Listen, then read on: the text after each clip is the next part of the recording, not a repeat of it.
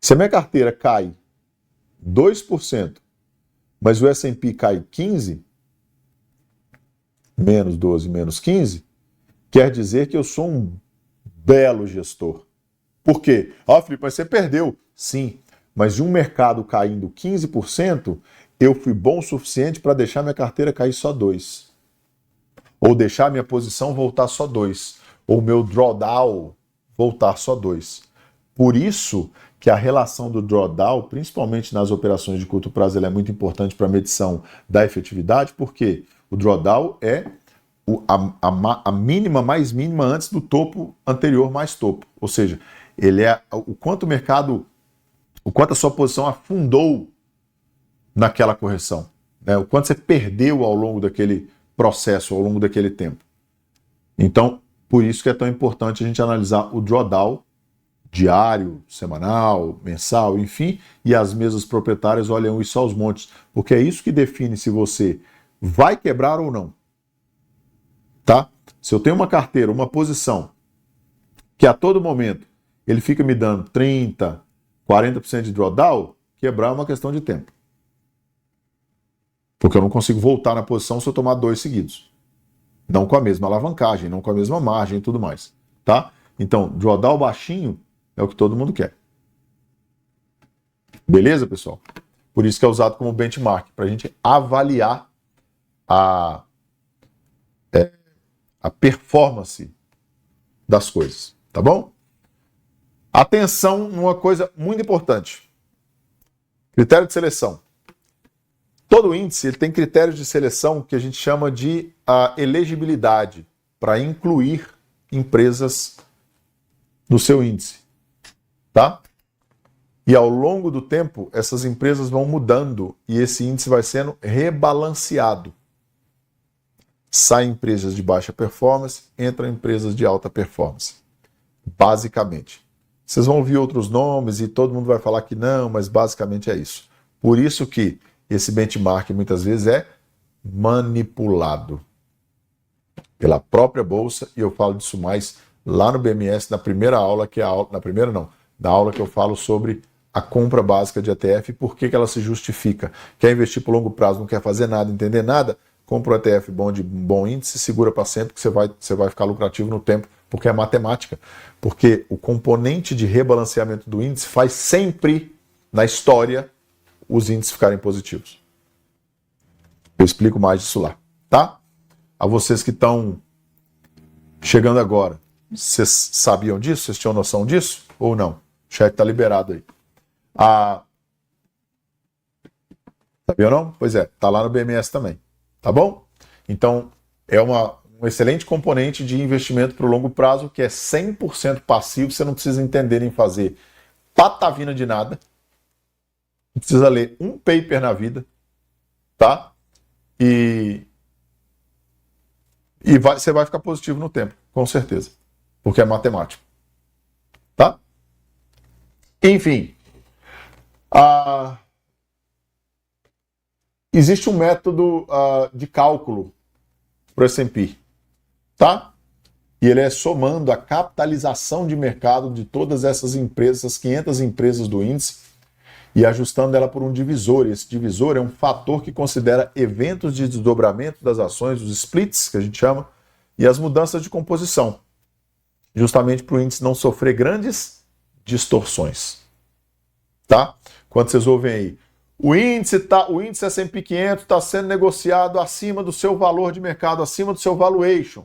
Como assim? O índice tendo valuation? Valuation é coisa de empresa? Justamente, porque o cálculo do índice é feito pela medição da capitalização de mercado dessas empresas todas que estão lá, que então dá um valuation para o índice. Então, quando o índice está sendo negociado acima do seu valuation, quer dizer que ele está caro. Então, eu posso ter consumido o prêmio inteiro e pode estar próximo desse mercado sofrer uma correção mais severa, sofrer um retorno de preços, ou tudo isso, tá? A gente vai falar disso um pouco mais amanhã, mas pouquinha coisa, tá? Só para vocês terem noção do quanto vai um critério de análise de um player institucional de verdade, aonde ele olha para tomar decisão, tá bom? No fim das contas, pessoal, o S&P 500, ele é um grande benchmark mundial, tá? Na sua base. E aí ele tem replicações em todos os ativos, tem muitos ativos replicados, como ETFs, fundos indexados e tudo mais, tá? Uma das coisas que a gente vai usar derivadas do S&P é justamente o futuro do S&P, que é um dos ativos que a gente vai operar no mercado americano, que eu vou falar dele para vocês agorinha, daqui a pouco. Tá? Então, falando do índice S&P, esse é o básico que vocês precisam saber, além dos fatores que influenciam, né? Isso aí tem tudo lá no treinamento do BMS e tudo mais. Aí a gente vai falar muito disso amanhã também, sobre esses fatores que influenciam a precificação e deslocamento de preço nesses ativos, tá? E aí não necessariamente só no S&P, mas no mercado de forma geral. Certo? Pessoal, S&P, ok? Posso seguir adiante? Já estamos terminando, tá? Não vai demorar muito mais não. Beleza, então. Então vamos passar. Ó, índice Nasdaq. Mudou nada e mudou tudo. Mesma coisa, tá? Vou passar, mas eu vou passar mais rápido porque ele é muito parecido com o S&P. Diferença. Ele é também um dos principais índices de ações dos Estados Unidos, amplamente seguido por investidores globais, e ele reflete o desempenho das 100 maiores empresas não financeiras que estão listadas na Bolsa Nasdaq. Tá? Principalmente composto por empresas de tecnologia e crescimento. Então, a gente está falando de duas vertentes. Um índice que busca mais empresas que a gente chama de growth, tá? De crescimento, e um índice que busca mais empresas como referência que a gente chama de value, de valor. O S&P tem mais empresas value, não é velho de velho, KK não, value, value, tá? De valor, e growth, de crescimento. E isso muda a estratégia quando você vai se expor, porque essas empresas, a performance dessas empresas responde diferente a cenários de mercado. Né? Uma empresa value, ela responde diferente a uma crise do que uma empresa de valor, uma empresa growth, de crescimento. Uma empresa value responde diferente à mudança de taxa de juros do que uma empresa growth, por questões de financiamento, de lucro, de como ela se financia e tudo mais. Tá? Então, o índice Nasdaq também, ele é negociado, né, é um índice da Nasdaq, da Bolsa da Nasdaq, fica ali na Times Square, tá? Depois eu compartilho umas fotos com vocês. E tem as principais empresas que todo mundo fala aí, que são as Magnificent Seven, né? Apple, Microsoft, Amazon, Alphabet, Meta, Nvidia. Tá? Que é o Google, Facebook, enfim, e passa por essas empresas. Então essas grandes empresas, né, que eram as 5 primeiras e agora já são 7 ali que eles estão considerando, que incluíram a Nvidia e as outras, eles dão peso maior a esse índice, tá? Então quando a gente... Não, Nasdaq é mais voltado a growth, tá? A crescimento. Beleza? Acabei de falar. Nasdaq é mais voltado a empresas de crescimento. Empresas de tecnologia, de forma geral, na sua maioria, elas são empresas consideradas growth, tá? Ele é referência de benchmark, inclusive, para quando eu vou atuar no setor de tecnologias, né? O investimento do setor de tecnologias. Tá bom?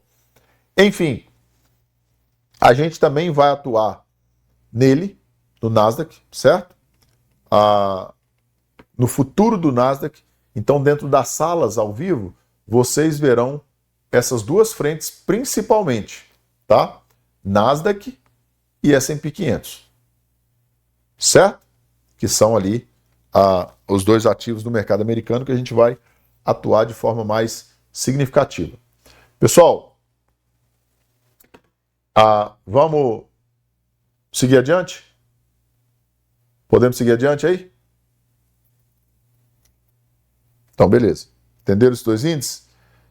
Mercado Forex, pessoal, é o seguinte, eu não vou entrar a fundo nele, porque ele não é base da nossa atuação aqui, não vou perder muito tempo com ele. Vou falar para vocês o que é mercado internacional de paridades, né, chamado ali de Foreign Exchange Market, ou FX, ou, né, o Forex, ou Forward Exchange, enfim, ele é o mercado de paridade de moedas. Então ele vai lá, euro, dólar, dólar, libra, dólar, iene, libra, dólar, né? Dólar, franco suíço, enfim, maior mercado do mundo, mercado extremamente líquido, funciona no mundo inteiro, descentralizado, muito regulamentado se for dentro das bolsas efetivas, funciona 24 horas, 5 dias por semana, e eu tenho uma coisa só para dizer para vocês, tá? Não se metam com Forex nesse nível. Quer operar Forex? Opera o dólarzinho no Brasil aí, opera umas moedas, uma paridade de moeda aí dentro da CME mesmo e tal. O Forex é usado o Forex é um mercado de banco. Tá? Forex não é brincadeira para menino. Eu já vi muita gente perder muito dinheiro em Forex e não há nenhuma necessidade de se expor nesse mercado se você tem outros mercados muito melhores para operar. Tá? Então, na minha opinião, trouxe aqui, vocês vão ter isso aqui no PDF com mais detalhes, mas eu não vou nem entrar nesse critério.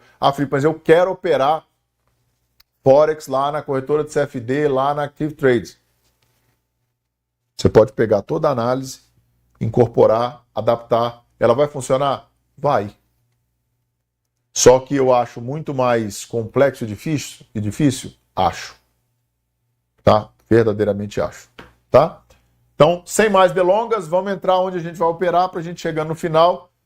E amanhã, efetivamente, a gente vai vir com a aula mais prática. Amanhã vocês vão aprender a fazer um sentimento de mercado para já começar a dar tom na abertura de mercado, no movimento de mercado, para onde vai, para onde vem, que jeito que vai, né? O que define a direção, o que define volatilidade e tudo mais. Mas para chegar lá, vocês precisam entender isso aqui. Contratos futuros, que é efetivamente o instrumento que a gente vai usar para operar nas salas ao vivo e no treinamento de vocês no mercado americano aqui. Tá bom? Contratos futuros de S&P e Nasdaq são instrumentos financeiros amplamente negociados, então a liquidez é absurda e existem algumas características gerais que eu vou passar para você, tá? Futuro de S&P 500. Qual que é o ativo objeto? Me responda aí. Ativo objeto é ativo base para construção do derivativo. Olha só, vocês têm essa aula lá, só recapitulando, mas vocês têm essa aula no treinamento. Derivativo quer dizer o quê? É um ativo que deriva de um ativo objeto lá, o primeiro. Certo? Ou seja, se o futuro, já vou falar, se o futuro de S&P 500 deriva de um objeto, de um ativo objeto, o ativo objeto é o índice S&P, tá? É o à vista dele. O Nasdaq é a mesma coisa, então não tem muito segredo, tá bom? Códigos e símbolos que a gente vai operar lá dentro. Agora eu vou bem para a prática, eu vou rápido porque eu vou bem para a prática, tá, pessoal? Opa, voltou aqui. Espera aí. Vamos para a prática agora. Códigos e símbolos. S&P futuro, vocês vão operar com esse nominho aqui, ó. E aí, para cada vencimento, ele vai ter uma letra. Eu já vou mostrar para vocês, por exemplo, Z. E aí, do ano ele vai ter um número que é o final do ano, tá? O Nasdaq, você vai operar como NQ. Também vai ter uma letrinha, qualquer que seja. Depois eu vou falar para vocês. Eu vou mostrar para vocês onde é que vocês olham isso. E também no ano, tá? Vou botar o Z também aqui. Enfim, ele sempre a gente sempre dá nome a eles desse jeito, tá bom? Então esse aqui são efetivamente os ativos que a gente vai operar lá na plataforma que vocês vão operar.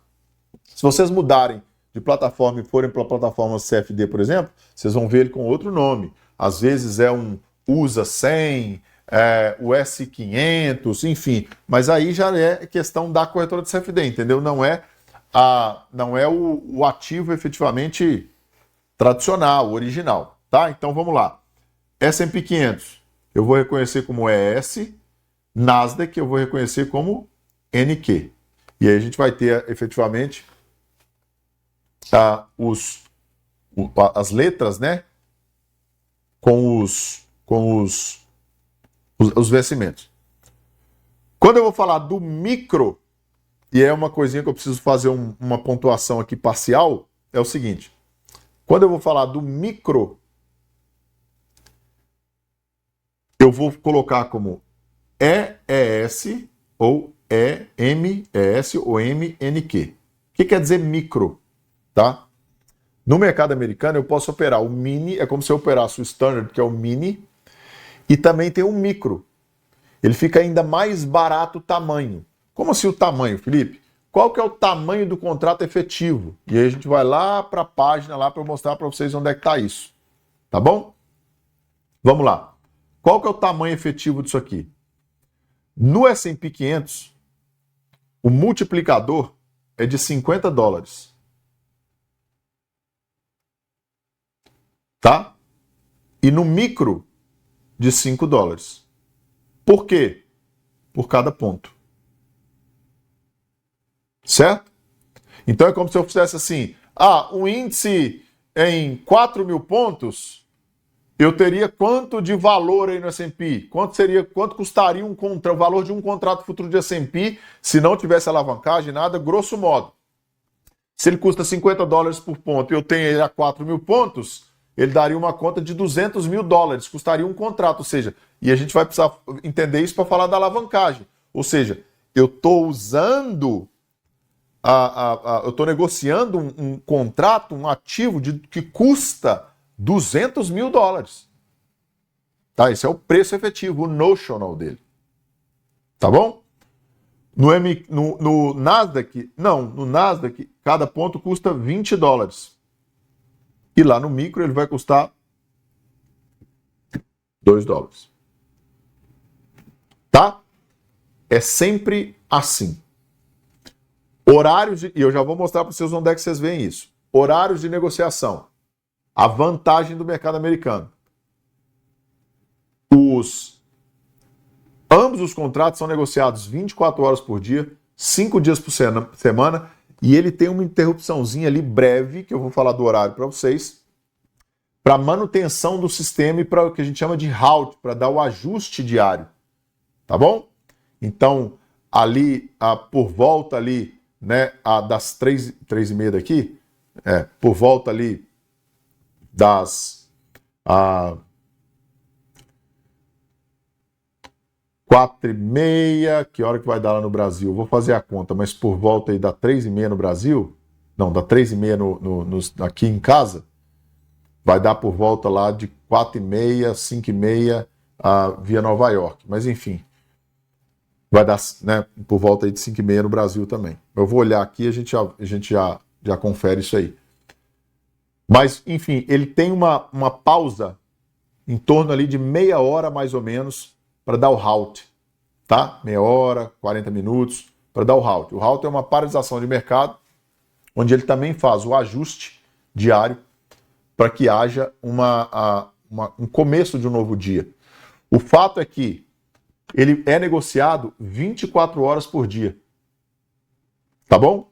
Essa negociação ocorre principalmente via CME, que é uma das maiores bolsas de futuros do mundo, se não for a maior, tá? Por isso que ele permite que nós atuemos fora do horário normal, à noite, de madrugada, em outros horários que não são componentes de mercado, que não são normais do mercado, enfim, tá? Os vencimentos, presta atenção, vencimento dos ativos do mercado americano. Março, junho, setembro e dezembro. Certo? E aí, o vencimento, ou seja, a liquidação disso aí, o fechamento do negócio, ele é feito em dinheiro com base no valor do índice subjacente no último dia do negócio. É uma liquidação financeira, não a entrega de produtos, tá? E aí, se você quiser rolar a posição, e aí é onde está um dos segredos da análise aqui que a gente usa, que é componentes que a gente olha, grandes posições, por quê? Porque normalmente grandes instituições, eles conseguem rolar as suas posições para os próximos vencimentos. Tá certo? Eles conseguem transportar isso de um vencimento para o outro, fazendo as famosas rolagens de contrato, paga-se por isso, mas em maioria quem faz isso são grandes institucionais. Tá? Enfim, já falei para que é usado, né, por especuladores, de alavancagem, por arbitradores, enfim. E as margens a gente vai muito mais ver. Tá tudo no curso. Isso aí tá tudo no curso. Mas eu vou abrir aqui para vocês verem agora onde é que estão os fatores, tá? E as margens dependem muito. Existe uma margem garantida ali exigida pela bolsa, mas eu tenho que voltar lá nas corretoras efetivamente, tá? E buscar a margem e a alavancagem, principalmente por um fator da corretora, do que propriamente da bolsa em si. A bolsa vai exigir uma margem cheia do contrato ali, que ela passa para a corretora e a corretora efetivamente dá cabo disso ou transmite para vocês dentro da própria corretora o que ela quer fazer, o que ela quer transmitir para vocês de margem e de alavancagem que ela permite. No caso da Ninja Trader, ela te deixa operar com $50 de margem para o microcontrato e $500 de margem para o mini contrato, o que é absurdamente barato. Nós estamos dizendo aí entre operar um ativo que hoje está custando $300 mil, né, porque está 6 mil pontos, está custando $300 mil usando $500 de margem. Atenção, a margem ela oscila ao longo do dia e por eventos específicos, tá?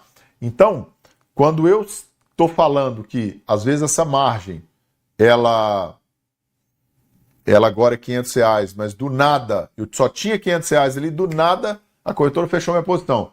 Por quê? Porque ao longo do dia, à medida que vão mudando volatilidade, dados de mercado vão saindo, a depender da abertura do fechamento de mercado, a depender, por exemplo, dos horários fora do pregão normal também, essa margem pode aumentar a qualquer momento, sem muito aviso prévio.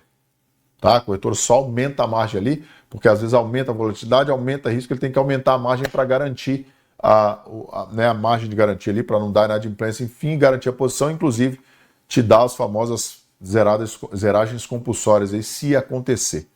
Tá? Deixa eu mostrar para vocês onde é que vocês vão pesquisar isso tudo, pessoal. E aí a gente já vai para o final. Vencimentos também já está lá. A gente vai para participantes e estamos terminando. Né? E aí eu quero dar um recado para vocês no final. Vamos lá. Quando vocês entrarem no site da CME, vocês podem inclusive fazer vocês têm uma continha aqui, ó, tá? Que ela deixa eu aumentar isso aqui para vocês. Você tem uma conta lá de graça, tá? Deixa eu dar uma dica para vocês, pessoal. Na CME você vem aqui, ó, Markets, e você pode escolher todos os ativos que você tem aqui, ó, né? Entre produtos e pesquisar no geral por produtos e tudo mais, né? Então você tem aqui, ó, milho, a soja, petróleo americano, gás natural, mini S&P, mini Nasdaq, euro, blá blá blá, e assim vai. Você pode pesquisar também por setor ali, né? Então, por exemplo, índice de ações.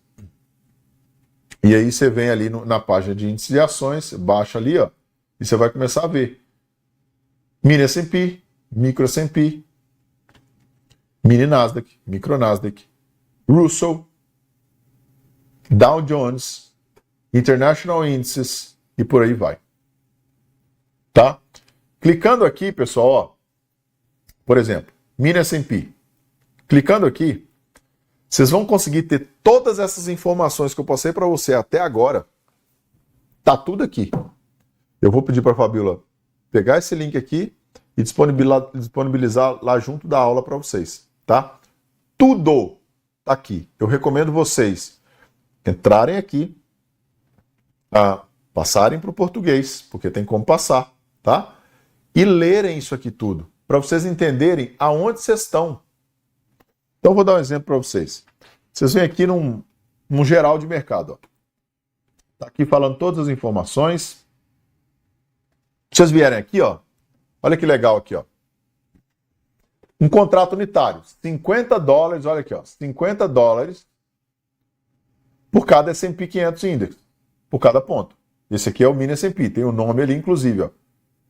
ES, né, ó, ESZ4, tá bom? É o vencimento, é o nome do ativo, o vencimento e o ano, a letra do mês do vencimento e o ano do vencimento. Já vou mostrar isso para vocês onde é que tá. Estão conseguindo enxergar aí, pessoal? Tudo certo? Então tá bom. Eu tenho um negocinho muito legal para falar do CME para vocês. Então aguenta aí que vocês vão gostar. Tá? Vocês vão gostar. Já fiz muito isso aqui na CME quando eu vim para cá e fiz a minha transição. Aqui vocês têm o volume diário negociado, que é importante aqui. Aqui também vocês têm todos os horários de manutenção. Ó. Então, aos domingos ele abre às 6 da tarde e ele vai até sexta às 5 da tarde no horário de Nova York. Tá bom? Com um período de manutenção de 5 às 6 da tarde, horário de Nova York, ou 4 às 5 da tarde, horário do centro de Chicago. Tá bom? Central Time. Então, esse é o período de manutenção diário que ocorre entre as negociações. É só você colocar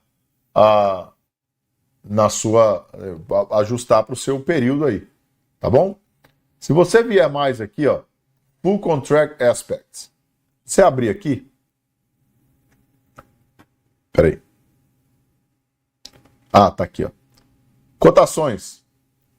Aqui você vai ver aqui, ó, as cotações e o vencimento. Olha só para você ver como é que é fácil. Vencimento em dezembro.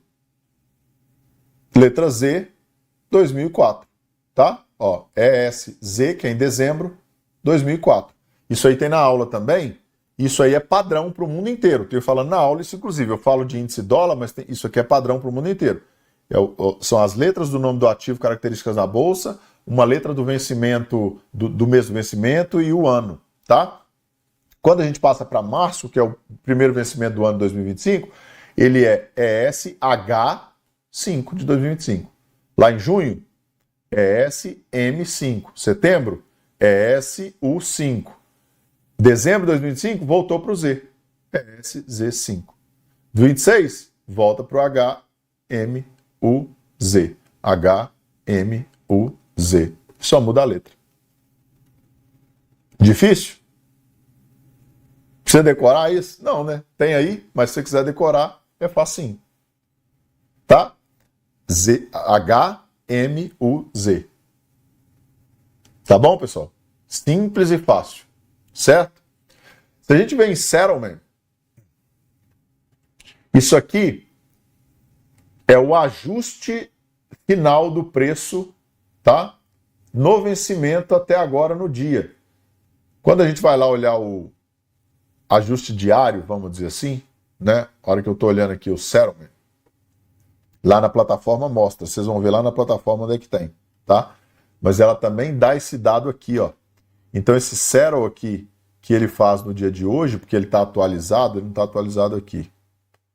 Enfim, porque hoje, né, hoje não teve, enfim, hoje foi feriado, mas enfim, já era para estar atualizado. Deixa eu ver se ele vai atualizar aqui, depois eu mudo. Ele dá o ajuste de preço é mostrado nessas tabelas para que vocês consigam acompanhar também, tá? Porém, ele dá ali pessoal, vocês estão conseguindo ver na tela? Então, né? Eu dei um zoom, mano. A não ser que você está assistindo pelo celular, né? Se você estiver vendo pelo celular, não vai dar conta de ver mesmo. Mas, enfim. Tá um pouco embaçado? Tá. Mas na transmissão vai ficar bom, tá? Na gravação vai ficar bom. Tá bom? Pode ficar tranquilo. É porque no Zoom especificamente é ruim, mas aí não tem o que fazer, a plataforma, tá bom? Vamos lá. Especificidades. Quando eu venho em especificidades, ele me dá inclusive aqui o cálculo. Ó. Isso aqui eu vou mostrar para vocês. Cada tique de variação é responsável, no ES, é responsável por 12,50. E aí eu vou mostrar para vocês o cálculo lá daqui a pouco. Tá? Não se preocupe com isso que eu vou mostrar de novo. Ou seja, estou mostrando para vocês onde é que vocês têm todos os dados aqui, inclusive o calendário dos vencimentos, quando começa e quando termina. Contrato de dezembro de 2024, ele começou, o primeiro trade que negociou dele foi dia 7 de junho de 2021. Olha só para você ver como é que nos Estados Unidos a coisa tem liquidez, cara. Tá? O último dia de negociação será no dia 20 de dezembro de 2024. Ele efetivamente vence. Certo? Porém, o de março de 2025, ele já começou a ser negociado desde 16 de dezembro de 2022. Ou seja, ele está sendo negociado, tem liquidez. Essa é a diferença do mercado americano, gente. É o tamanho do mercado americano. Tá? É o tamanho do mercado americano. Estão entendendo aí? Show de bola? Então tá bom. Se vocês vierem também, só para mostrar para vocês mais rápido, tá? Se vocês vierem, voltarem lá nas especificações dos ativos e buscarem pelo Nasdaq também, vocês vão ver a mesma coisa lá no Nasdaq, tá? Mesma informação, do mesmo jeito, quanto que vale o ponto, onde é que estão os vencimentos, olha lá, os vencimentos da mesma forma, tá? HMUZ, HM, mesma coisa. Certo? Isso aqui vocês podem usar e abusar para analisar todos, não só os ativos, mas analisem todos, paridades de moeda, quer ver? Vocês têm paridades de moeda aqui também, né? Quando vocês veem aqui, por exemplo, a Forex, produtos do Forex, para negociar na CME, tá? Então, ó, euro, iene, libras, a libra esterlina, o dólar australiano e por aí vai. Tá? De mercados emergentes, inclusive o Brasil, né? O Brasil na CME, o ticker dele é 6L, quando vocês querem olhar para o Brasil. Então, por exemplo, quando a gente vem lá e olha para o Brasil e fica negociando à noite, é uma dos mecanismos que a gente define quando a gente vai olhar a abertura do mercado dólar, né? Por exemplo, se eu olho que agora, o mercado, faz uma continha aí para mim, por favor. Se eu olho que agora, o mercado está negociando, por exemplo, né? Vou dar uma dica, vou dar duas dicas para vocês agora da CME aqui, presta atenção aqui em mim, tá? Se eu sei que o mercado está negociando lá agora, a última negociação foi, vamos supor que está no início da manhã, o mercado brasileiro ainda não abriu, presta atenção aqui, o mercado brasileiro ainda não abriu, e ele fechou hoje com 5,65, 5,650, um exemplo, tá? E você está pertinho lá de abrir o mercado, e ele está negociando mais ou menos aqui, ó, vamos supor, tá? Em 0,17,315, um exemplo. Faz uma conta aí para mim. 1 dividido por 0,17,315. Quanto é que dá?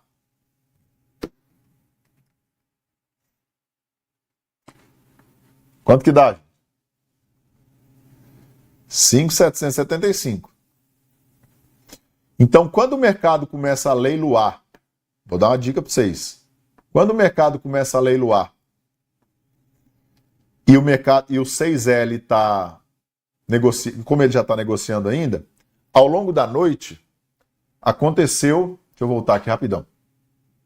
Nunca falei isso em aula nenhuma, essa é a primeira turma que eu vou falar, presta atenção, essa é a primeira turma que eu vou falar isso, tá? Vamos lá. Mercado, vamos supor que o dólar está negociando a 5,70. Terminou, fechou a 5,70. Tá? Vamos supor que antes da abertura do dia seguinte, ele está aí em 0,17,315. Se você fizer o cálculo da paridade, O dólar no Brasil, o câmbio no Brasil, deveria estar negociando, então, a quanto? A 5.775 e meio, mais ou menos. Tá? Certo? 5.775 e meio. 30 e poucos ali, arredonda para meio. Vamos supor, pessoal, que... E aí eu falo, onde é que o dólar vai abrir? Primeira coisa, como é que você define a abertura do dólar? Crava a abertura do dólar. Onde é que o dólar vai abrir? O mercado internacional está te dizendo onde é que o dólar no Brasil vai abrir. 5.775,30. Pô, mas ele fechou lá e eu sei onde ele vai abrir baseado nisso aqui? É, só você pegar 1 dividido por isso aqui, ele vai dar a precificação do dólar na abertura. Mas como é que eu uso isso, sendo que já abriu? Aí que vem a questão. Eu vou dar uma dica para vocês, testem amanhã, tá?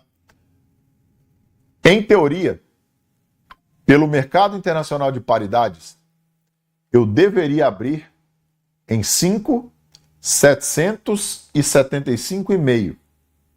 Mas não. Por uma questão interna da Bolsa e uma arbitragem interna da Bolsa, ele abre em 5.771,5. Tá errado a paridade, não tá? Sim ou não? Sim ou não, gente? Qual que é o mais provável de acontecer? Se não há mudança no preço da CME, que é a base da paridade, se não há mudança no preço a não ser que abra e o preço da CME se ajuste, mas se não há mudança no preço da CME e há uma distorção na abertura do preço da Bolsa Brasileira, ocorreu uma arbitragem no preço. Cara, todo institucional vai enxergar isso. E sabe o que os caras vão fazer? Fritar em cima para arbitrar. Quando um monte de cara grande fritar em cima para arbitrar. Oh, meu, é quase um trava-língua. Para arbitrar, o que o preço faz? Ajusta a correlação de novo.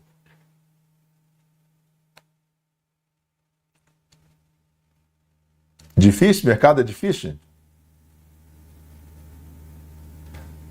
Cuidado, porque isso ocorre na maioria das vezes, isso não é possível ser feito na mão. Eu já expliquei lá atrás para você. Players institucionais arbitram o mercado hoje em dia usando infraestrutura tecnológica de ponta, numa velocidade absurda, inclusive com robôs de alta frequência. Mas algumas vezes essa disparidade vai ser tão estrondosa, vocês vão ver ela acontecer. Tá? Comecem a perceber. Faz uma tarefa de casa essa semana. Por favor. Tá? Essa semana. Faz uma tarefa de casa essa semana. Faltando 1 minuto para abrir o mercado, começa a olhar o preço lá na CME e calcula esse preço para ver onde o mercado vai abrir. E se o mercado não abrir em cima desse preço, que é a paridade na CME, no 6L lá na CME, percebe o que o mercado faz depois nos primeiros minutos, ou nos primeiros segundos. Na verdade, não é nem nos primeiros minutos, nos primeiros segundos de mercado. Nota isso aí, por favor. Beleza da tarefa de casa? Pessoal, pronto da tarefa de casa? Não estou falando para operar nada essa semana, estou falando para observar. Essa semana vocês não vão clicar botão, vocês vão observar o preço fazendo isso para quê? Primeiro, para vocês entenderem como acontece, e segundo, para vocês entenderem a velocidade que acontece, quando dá e quando não dá para fazer. Tá bom? Beleza, pessoal?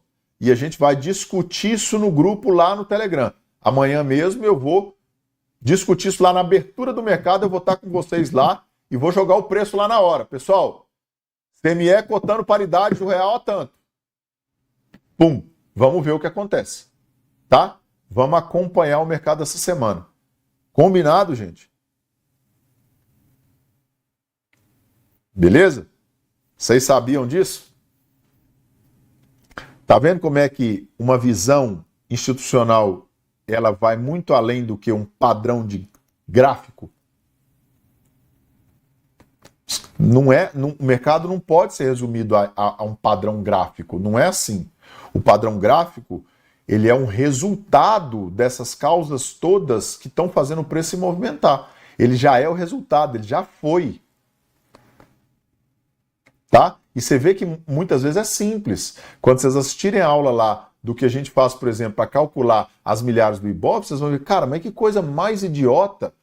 Cara, idiota, mas ninguém sabe, porque não sai de dentro das mesas, não sai de dentro dos fundos, não sai de dentro das corretoras, não está em livro de análise técnica, não está em livro de análise gráfica, não está em livro de padrão de candle, nada disso. Tá? Então, por isso que eu falo das correlações. Essas correlações, elas se descolam, retornam, se descolam, retornam, se descolam, retornam. Às vezes se descolam e não voltam, mas nunca dá para saber, né? Só que essa, no caso da paridade especificamente, ela tem um retorno à paridade. Né? Ela busca o preço por quê? Ela busca o preço por quê, Felipe? Vamos lá, por quê, pessoal? Por que ela busca o preço? Dá para você fazer isso, por exemplo, antigamente, quando o mercado era mais lento, quando você tinha outra atuação de players, você tinha muito menos a atuação automatizada no mercado, em alta frequência, a gente conseguia arbitrar, a gente conseguia fazer no dedo. Arbitrar, por exemplo, entre o mini e o cheio do dólar. Dava para arbitrar no leilão. Hoje em dia não dá mais. Por quê? Cara, você tem 300 mil algoritmos de alta frequência fazendo isso numa frequência que você não consegue casar a arbitragem mais. Porque os players atuam isso, não desequilibrando, porque o mercado é arbitrado. Se eu fizer uma pausa aqui, eu vou fazer uma pausa aqui na gravação para perguntar para vocês uma coisa que talvez vocês não tenham atentado ainda. Quem puxa quem? O à vista ou o futuro? E aí, Fabíola, se você tiver aí, minuta essa parte aqui para ele cortar nessa aula, tá? Para não ficar essa... Depois a gente vai cortar isso juntos aí também. Mas quem puxa quem? O ativo ou o futuro? O futuro, o à vista, o futuro. Sempre tive essa dúvida. Sempre tive essa dúvida. E ninguém nunca responde. Por quê? Porque isso é uma questão institucional de mercado. Isso aí não tem no livro de análise técnica. Tá? Quem tem mais liquidez? Não necessariamente. De jeito nenhum. Tá doido? Não. Nunca. Não. Quem puxa quem? Depende. Depende do tipo de atuação e eu vou falar agora para vocês justamente sobre isso aqui, ó. Deixa eu mostrar para vocês aqui, ó. Olha o que nós vamos falar agora. Participantes do mercado. Quem são os atuantes do mercado? Deixa eu aumentar para vocês. Aqui, ó. Quem são os participantes do mercado? Então vou citar ele só para voltar aqui para mim, tá, pessoal? Para explicar isso para vocês. Eu tenho fundos de pensão, eu tenho as seguradoras, e aí fundos de pensão, aí, olha só, agora eu vou gastar um tempinho aqui para vocês explicando. Peraí, antes da gente fazer isso, deixa eu dar aula direito para ficar bem gravado. Olha só. Deixa eu acabar essa pergunta aqui. Quem puxa quem? Depende. Por quê? Depende do tipo de atuação, depende do time do mercado. E por que ele puxa um ao outro? Porque o mercado é arbitrado.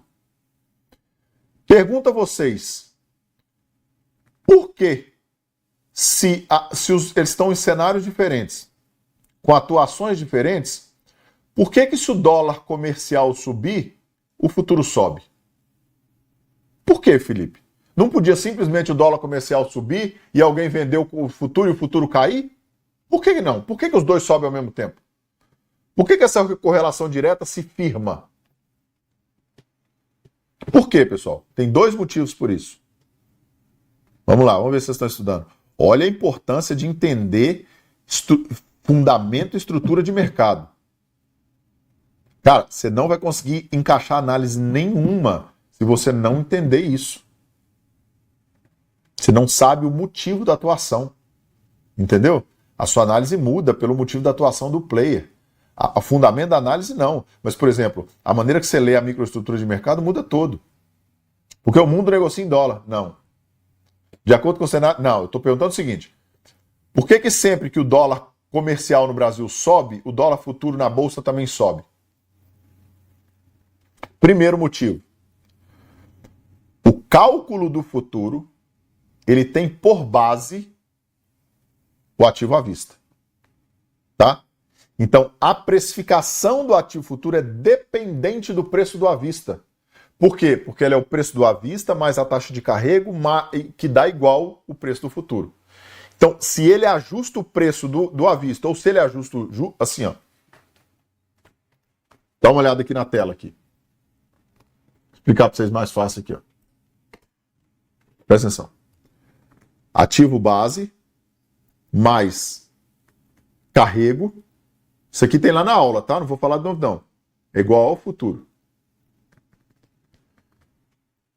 Primeira situação. Subiu o ativo objeto, o ativo à vista. Dólar comercial subiu. A taxa de carrego permaneceu a mesma. O futuro sobe? Sobe. Porque subiu o à vista. O à vista continuou o mesmo. Taxa Selic subiu. Sobe o futuro? Sobe. Entendeu, pessoal? Entendeu porque a análise gráfica pura e simples não funciona para ativos futuros? Sabe por quê? Olha só que sinistro. Olha só que sinistro. Por que a análise gráfica pura e simples não funciona? Por que você marcar topo e fundo de futuros não funciona? Do dia passado. Por que fala assim, posso já ver o app de ontem? Não, por isso que chama VWAP diária. Por quê? Porque assim, ó, a taxa, aqui está o ativo base, ou à vista, mais carrego. Vamos falar do índice, por exemplo, igual ao futuro. Tá? Se o à vista permanece o mesmo no preço, vamos supor que o preço do à vista não muda. 130 mil da Bolsa. Mas a taxa de carrego ela é consumida pelo tempo e ela vai diminuindo ao longo do tempo porque ela é uma taxa projetada no tempo de vencimento do contrato. Então, cada dia que passa, porque consome aquela taxa de juro do período, a taxa de carrego cai. Então, aqui, vamos supor que hoje era 400, amanhã ela vai ser 350. Tá? Se o preço não mudar, o fato da taxa mudar faz o preço do futuro cair. Então, de um dia para o outro, se eu não tiver nenhuma alteração no preço do índice, só o consumo de taxa faz todas as referências do ativo futuro se ajustarem 50 pontos mais baixo amanhã. Só isso. Só pelo consumo da taxa, não mudou nada. Mas todas as referências que você tinha ontem de suporte e resistência, topo e fundo, tudo se ajusta automaticamente amanhã. Sem mudar preço de nada, do dia para a noite. Então tudo invalidou. O que se mantém, pessoal? A única coisa que se mantém são posições que são ajustadas para o dia seguinte. Ajuste diário, posições de absorção, estruturas. Essas aí não mudam. Tá? Mas, por exemplo, um suporte e resistência simples de um fechamento de ontem, por um ativo que tem um ajuste diário, o fechamento do dia em futuros não significa absolutamente nada. Porque se eu pegar o preço do fechamento do dia e rolar ele para outro dia, sem mudar o preço, ele já cai o desconto da taxa de carrego automaticamente. Então não faz nenhum sentido. Aquela referência não faz sentido mais. Vocês entenderam o que é uma visão institucional de mercado? Não quer dizer que a gente vai virar tubarão, não, gente. Só que quer dizer que a gente consegue pensar como eles pensam. Eu consigo olhar para o mercado como eles olham. Então, sim, por exemplo, e aí quando eu monto a referência do Ibov ali no dia, da milhar do Ibov, por que eu tenho que esperar o Ibov abrir no outro dia? Porque eu tenho que esperar ele contar, firmar depois da abertura de todas as ações. Quando o preço do Ibov está estável, aí eu projeto o futuro. Do contrário, esse mercado está arbitrando. Eu não tenho referência de preço. E aí entra o segundo motivo. Tá? Por que o dólar no Brasil, o dólar comercial sobe e o ativo futuro sobe junto? Porque os mercados são arbitrados. Quando eu tenho um preço que fica muito diferente um do outro, então olha só. Opa, cadê o trem aqui? Quando eu tenho aqui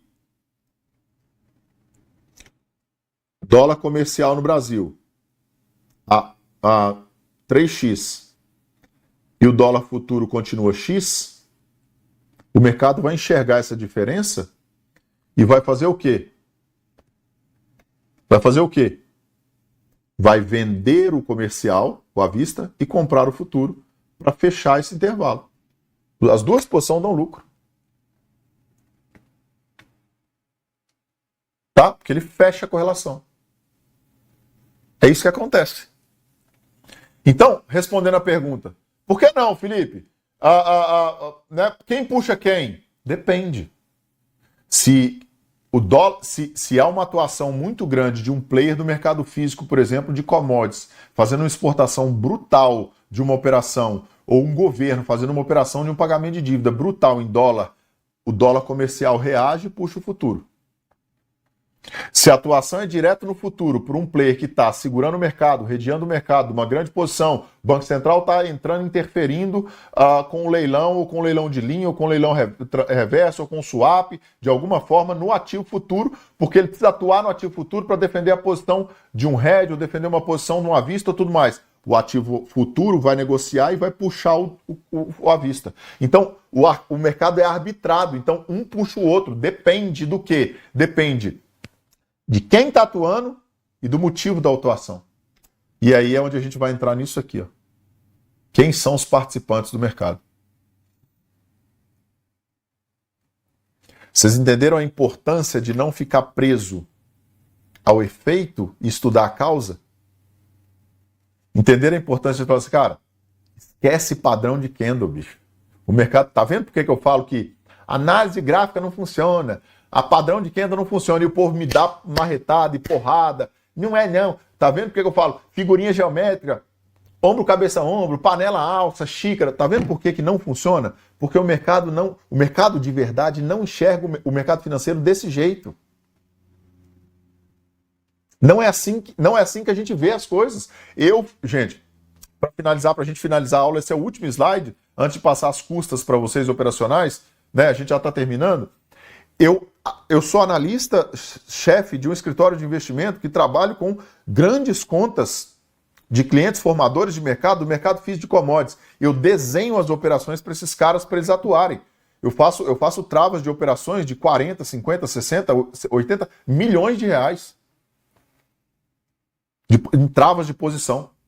Eu faço. Eu que desenho a operação. Eu atuo como institucional. Eu não falo isso porque alguém me falou, ou eu tô achando que é assim, ou eu vi passar lá que um cara tá vendo o UBS comprar, o Bradesco vender. Não, gente, eu atuo como institucional. Eu conheço o mercado dos bastidores. Eu estou dizendo para vocês, e não estou me gabando disso não, vocês podem até cortar da aula isso aqui. Eu só estou tentando explicar para vocês o seguinte, a diferença entre ser um atuador, né, um operador de varejo, para um operador institucional, é a visão de mercado. É para o que eu estou olhando. Então eu falo assim, o mercado institucional não usa gráfico. Mas é lógico, a gente usa gráfico aos montes. O que mais se usa é gráfico. Gráfico é um indicador de preço. Gráfico é um indicador de... O mercado institucional não usa média. Não usa média? Nós usamos umas 18 médias diferentes, maluco.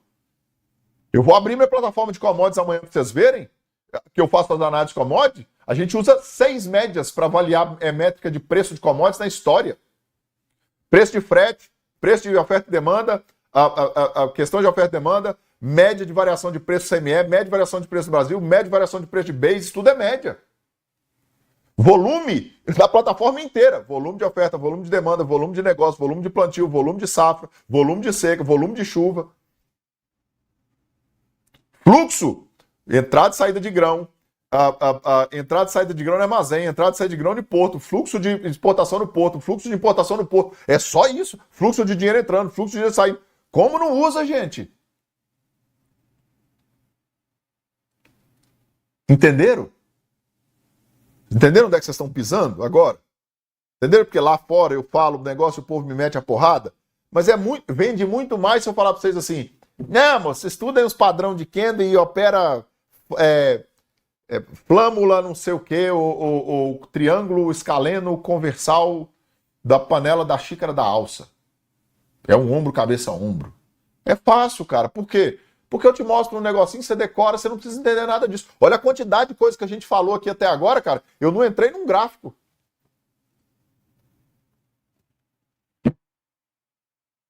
E já saíram 20, já saíram 30 pessoas daqui de dentro. E aí o mercado vai separando quem dá certo e quem não dá. A gente chegou a ter 360 pessoas aqui, tem 325. E vai cair cada vez mais, vocês vão ver.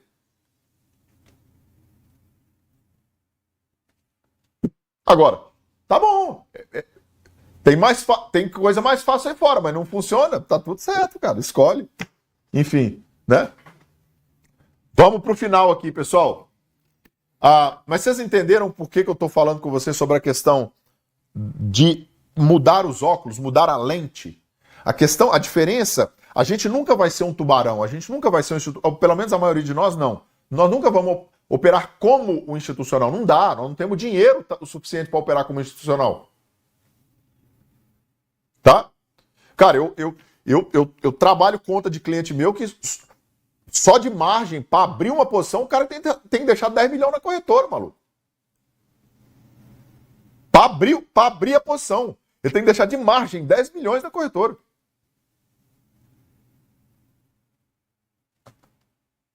É outro mundo.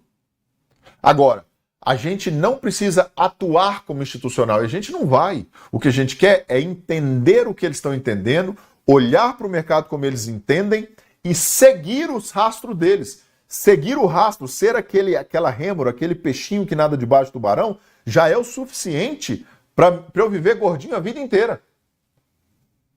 É só isso. Mas para isso eu preciso mudar a lente. Tá bom, gente? Vamos terminar aqui. Por que é importante, então, falar dos participantes do mercado? E agora vocês vão entender. Fundos de pensão. Para que os fundos de pensão utilizam contratos futuros de S&P?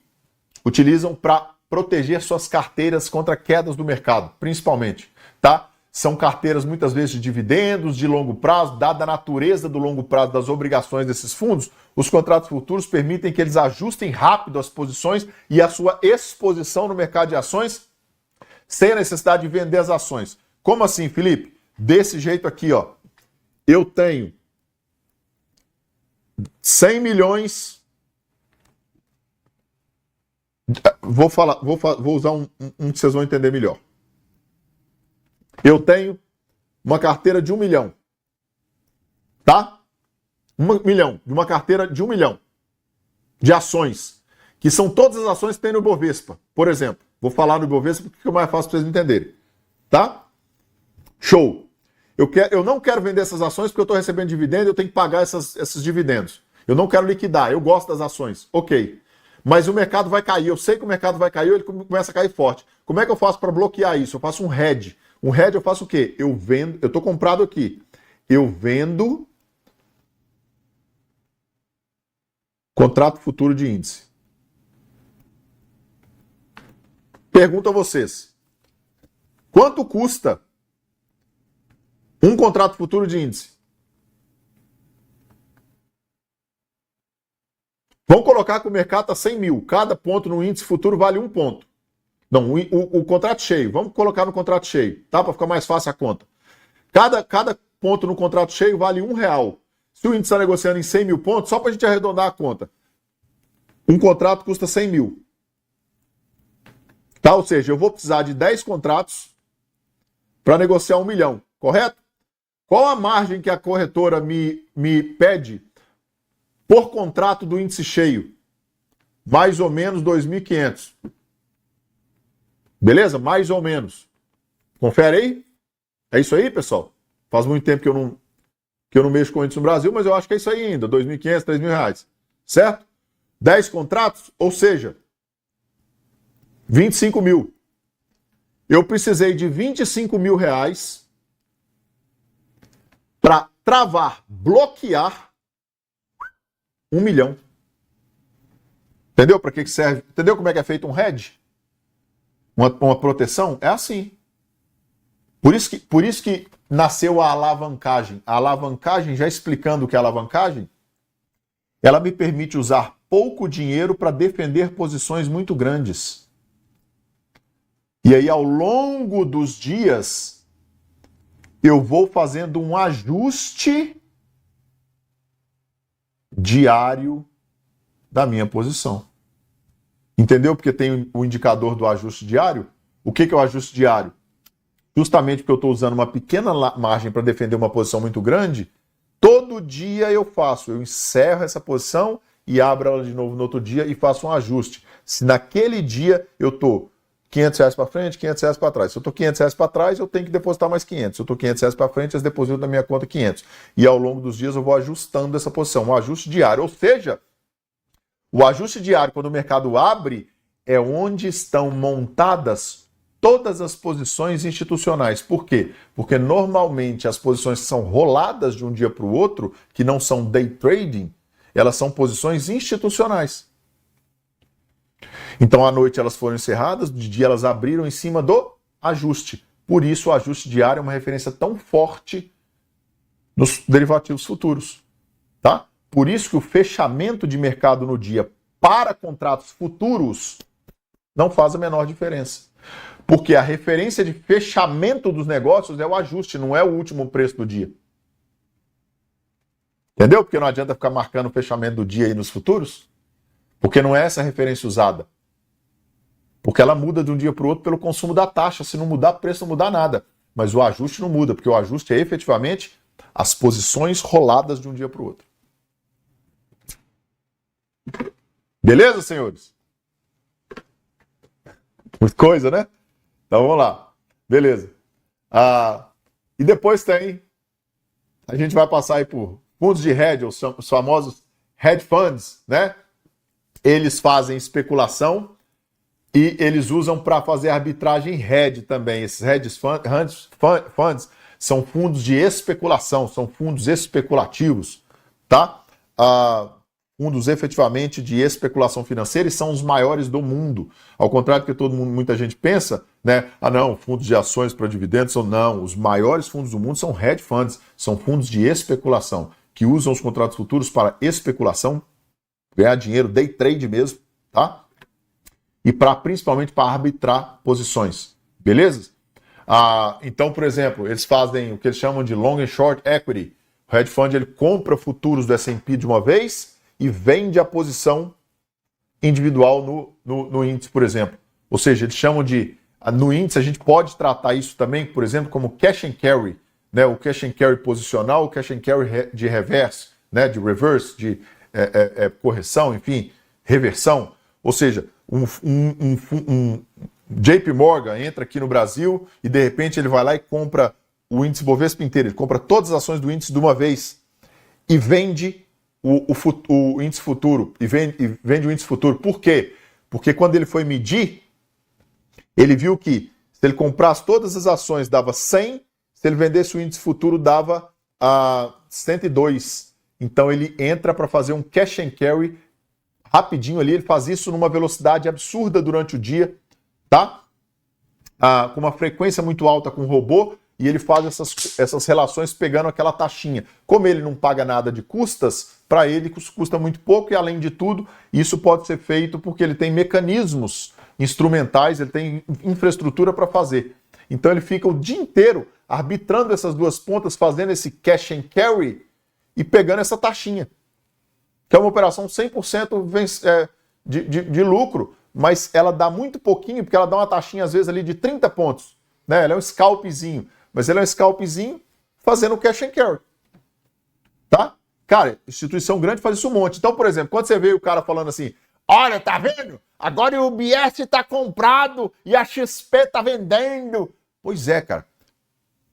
E o UBS, principalmente trabalha com robôs.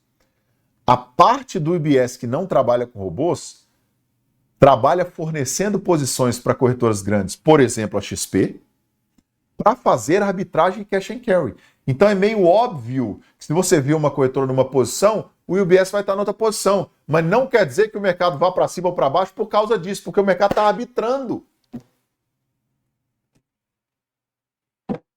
Aí o cara fica seguindo o UBS, seguindo JP Morgan, seguindo blá blá blá, e conversando lorota, né, borracha, achando que é institucional e nunca foi, porque não sabe dessas coisas. Né? Não estudou. E aí fica falando essas besteiras. Ou seja, o mercado arbitra. E aí quem já viu isso aí ou já aconteceu com vocês, por exemplo? Né? Assim, ó. Pois é, ainda quer ensinar. Ainda quer ensinar alguém. Dizer que é institucional sem nunca pisar numa corretora. Nunca pisou dentro da corretora. Enfim. E aí o mercado arbitrando, quando ele está arbitrando e consumindo essa taxinha, não interessa. Aí, não sei se já aconteceu com vocês, mas, por exemplo, a gente está lá, vendido, o UBS está comprado, aí o cara compra junto com o UBS, aí do nada o mercado fala assim, ó, bum! Aí estopa meio mundo de gente, o UBS passa vendido em 2 minutos. Quem já viu isso aí? Virou vendido em 2 minutos, não dá nem para acompanhar. Por quê? Porque aquele fluxozinho ali de evolução no tempo, ele também tem um atraso grande dessas posições, porque parte dessas posições, gente, nem entram no book. Tá? Nem entram no book. Por quê? Porque são block tradings, principalmente nos Estados Unidos. Block trading e dark pool acontecem um monte. São negociações feitas fora da bolsa e que depois são registradas na bolsa justamente porque são grandes demais para não impactar o pregão. Tá bom, senhores? Certo? Então a gente passa de fundos de hedge para fazer essas arbitragens. A gente tem seguradoras, especialmente aquelas que têm portfólio de investimento, utilizando o S&P como posição. Tá? As seguradoras usam um monte isso para dar garantias dos seus seguros. A gente tem fundos mútuos, que são fundos de ações ou fundos gestores de fundos mútuos com ETFs, que também usam ETFs baseados em S&P justamente para seguir o índice e ficar mais barata a posição ou equilibrar posições em relação ao índice, só para acompanhar o índice, porque eles precisam bater mercado. Olha só a sacada dos índices. Cara, se o benchmark é o índice, para o meu cliente não ficar muito assustado, eu só preciso seguir o índice, porque se ele vier reclamar comigo, opa, mas o índice subiu 12%, mas nós também subimos 12%, não perdemos nada. Os caras nem trabalham, bicho. Os caras só compram um ETF de índice, botam dentro do fundo e que se lasque, e vão viver a vida lá em Miami e passear nas Bahamas. E se você está achando que você tem um gestor trabalhando para você, pum. O cara não está fazendo nada. Tem fundo que compra outro fundo só para transferir taxa. Tá? Fundo que compra outro fundo para transferir taxa. Então, eu te vendo um fundo, te cobro 2,5% de taxa de administração e com a sua posição eu compro outro fundo que me cobra 1,5%, eu fico com 1% de taxa, não trabalho, deito outro fundo para administrar e te vendo o fundo da cota do meu fundo que paga 2,5%.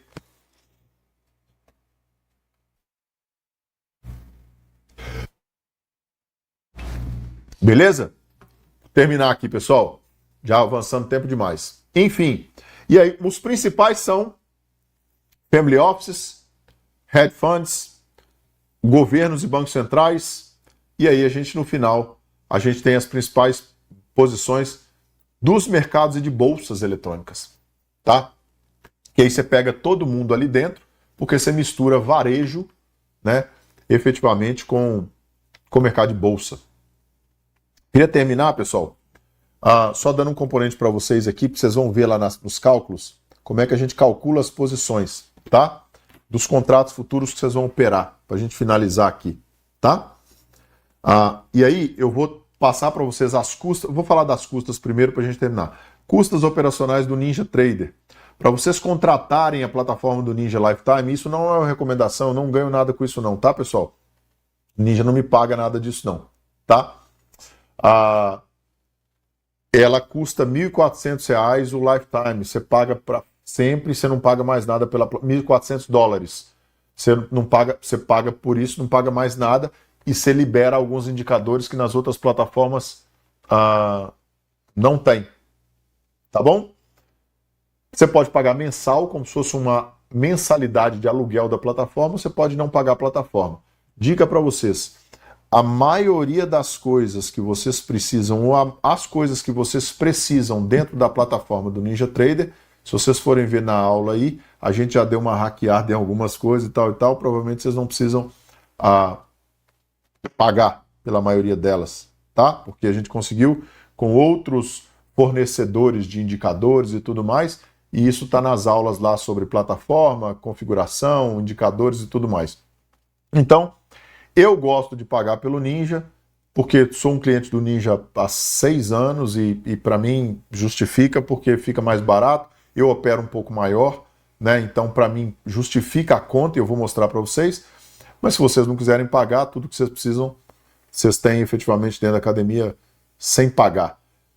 Eu recomendo, né, que vocês contratem pelo menos o mensal por alguns outros benefícios, não só pela redução de custos operacionais, mas também pela acessibilidade, também pelos mecanismos ali de recebedor de sinal, né? Você tem desconto ali para receber sinal, você tem que pagar por um FII de recebimento de sinal mensal, né? À medida que vai liberando, eu vou mostrar para vocês, né? Então, assim, eu pago o sinal mais caro, dá $140, que eu libero tudo.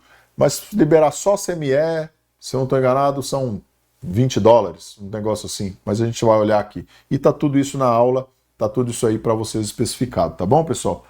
Ó, custas operacionais para você operar S&P, tá? Você tem um total aqui da Lifetime. No mini contrato, você tem um total de R$ 2,84 na plataforma Free, R$ 2,54 no mensal e R$ 2,14 no Lifetime se você pagar. E a margem é de $500 no intraday, para você fazer day trade, tá? No micro S&P, você tem um custo de 87 centavos no Free, 77 no mensal e 61 centavos de dólar no Lifetime. Em que total, tá, pessoal? O que isso implica, né? Isso implica em dizer que na somatória, e você tem $50 de margem para operar por contrato. Tá? O que isso implica dizer? Se eu fiz lá um ponto no S&P com um micro contrato, eu ganhei $5. Eu vou fazer a conta para vocês agora aqui, tá? Ganhei $5. Desses $5 eu vou descontar 87 cents, que são as minhas custas operacionais totais.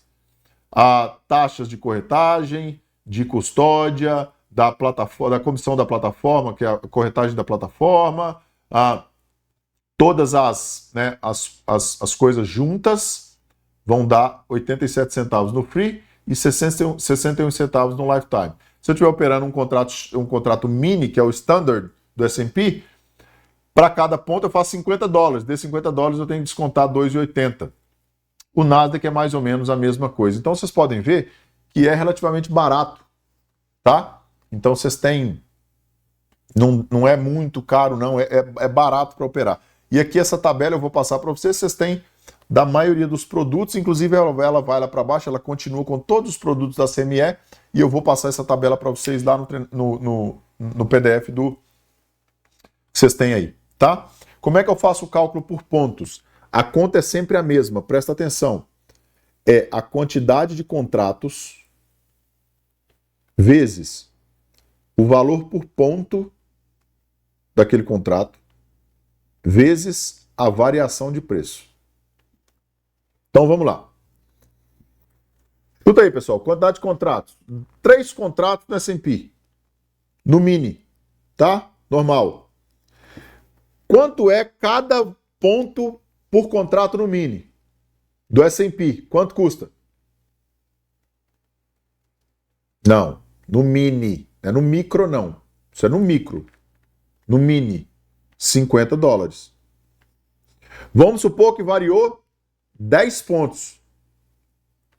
Quanto deu de variação, pessoal, total?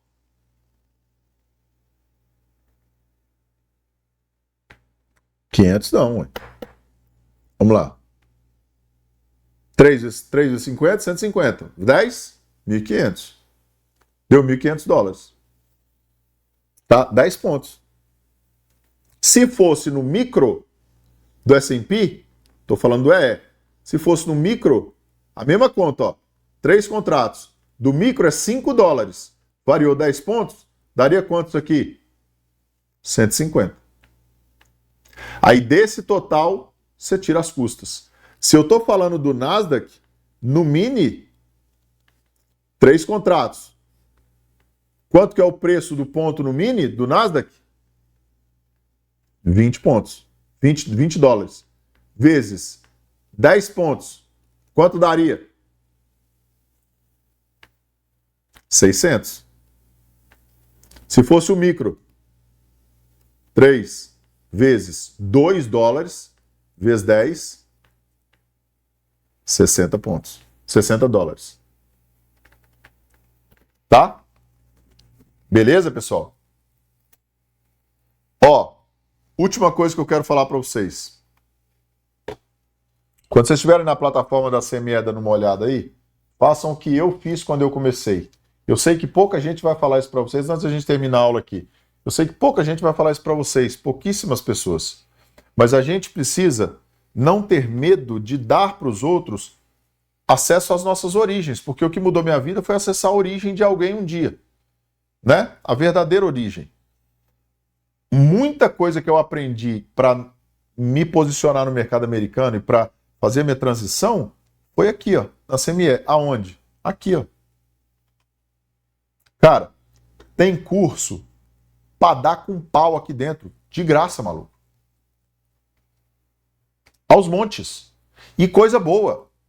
De fundamento de mercado, eu só não recomendo os velhos cursos de price action. Todos eles são igual no mundo.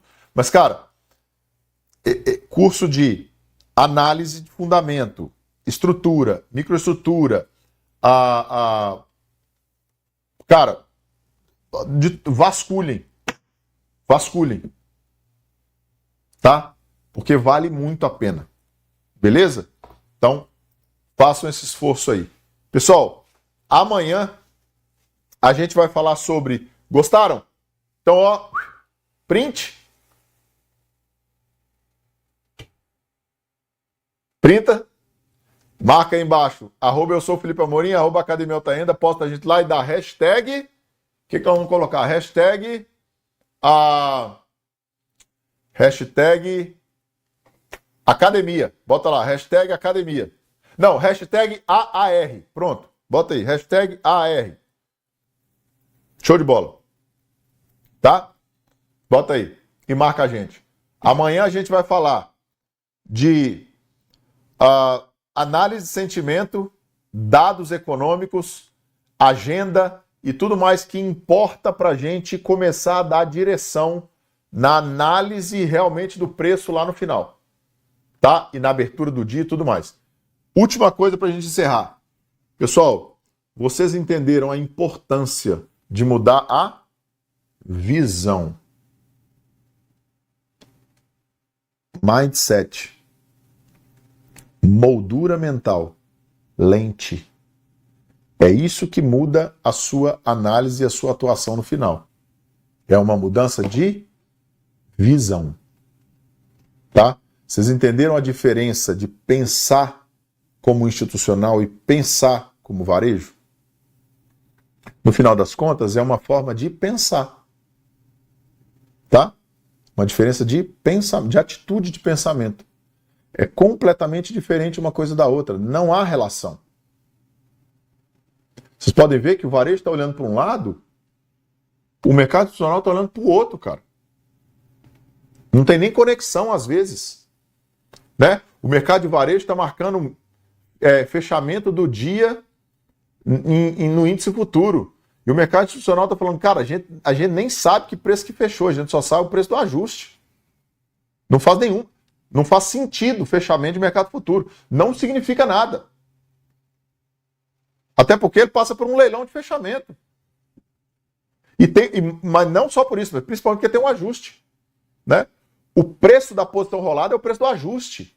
Quem ficou para trás não significa nada. Não está no outro dia é outro dia. O ativo futuro, outro dia é outro dia. Não tem nenhuma relação com o dia anterior. Não com essas métricas básicas. Né? Então, estou marcando lá a máxima do mês anterior. Estou marcando a máxima do mês anterior no dólar futuro. Cara, não vai. Para por uma outra questão. Mas não é. Porque já mudou tanta. Assim, a própria precificação do ativo muda a conta. De um dia para o outro ela muda, porque ela consome taxa. Tá bom, pessoal? Entenderam essa questão? Por que eu fico tentando alertar as pessoas para isso? Então, que bom que vocês estão gostando. No início eu sei que foi mais chato, e é necessário esse início chato, até para filtrar um pouco quem vai ficar, quem não vai. Mas assim a gente vai rompendo. E eu tenho certeza que isso aqui dá muito resultado lá na frente, porque deu para mim, tá? Foi assim que eu fiz, foi assim que eu comecei, é assim que hoje eu não só vivi esse mundo todo nesses últimos quase 20 anos, mas hoje eu atuo como institucional, porque eu sei dessas coisas, né? Coloquei um monte, através dos meus treinamentos, coloquei um monte de gente dentro do mundo institucional, inclusive. Eu tenho aluno aqui que saiu para operar na tesouraria do Itaú, que tem dois na gestão do wealth, da gestão de fortunas do Santander. Tem gente que é dono de escritório, tem gente que é operador de mesa de escritório, tem gente que está dentro de corretora, tem um monte de assessor de investimento, tem um monte de PQO, saíram tudo daqui. Tá? E não estou me gabando também não. Só estou falando que é a mudança de visão que traz esse resultado. Tá bom? Espero que vocês tenham gostado. Deus abençoe a todos. Eu vejo vocês amanhã. Sucesso e sorte a todos sempre. E a gente se vê no topo. Obrigado. Recording stopped.